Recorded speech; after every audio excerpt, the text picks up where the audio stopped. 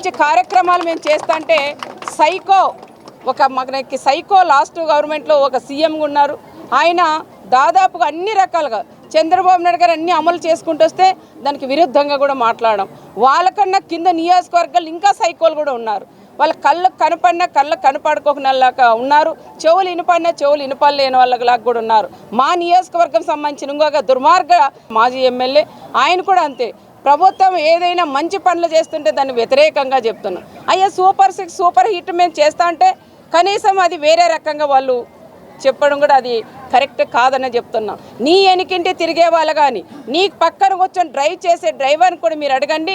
వాళ్ళ కుటుంబానికి అన్నదాత సుఖీభావ వచ్చిందా లేదా అని, తల్లికి వందనం పడిందా లేదని, అదేవిధంగా స్త్రీశక్తిలో భాగంగా బస ప్రయాణం ఉచితంగా మీరు చేస్తున్నారా లేదని, 3 సిలిండర్లు మీకు వస్తున్నాయా లేదని, ఇవన్నీ కూడా పథకాలు. అదేవిధంగా వాళ్ళ ఇంట్లో అమ్మ నాన్న ఉంటే వాళ్ళకు కూడా వృద్ధాప్య పెన్షన్ 3000 నుంచి 4000 రూపాయలు పెంచామా లేదని విషయాలు కూడా ఒక్కసారి అడిగి తెలుసుకోవాలని ఈ నియోజకవర్గం సంబంధించిన మాజీ ఎమ్మెల్యేకి కూడా నేను చెప్తున్నాం. ఏదైనా నోరు పారేసుకుంటే ఇక్కడ కూడా ఊరుకో ఉండమని ప్రత్యేకంగా కూడా తెలియజేసుకుంటా. ప్రతి ఒక్క కుటుంబ సభ్యులకు కూడా నేను వెళ్తే డిపార్ట్మెంట్ రావచ్చు, మా లీడర్లు ఎవరు వెళ్ళినా కూడా వాళ్ళ ధైర్యంగా ముందుకు తలెత్తుకొని ముందుకు వెళ్తున్నారు. కనీసం 5 సంవత్సరాలు వైఎస్ఆర్ ప్రభుత్వంలో ఏ లీడర్ అన్నా మీ లీడర్లు జనం దగ్గర పోయి మేము ఇది చేసామని చెప్పుకున్నారయ్యా? చెప్పుకునే చేతగాని దద్దమ్మలో మీ ప్రభుత్వంలో కూడా ఉంది.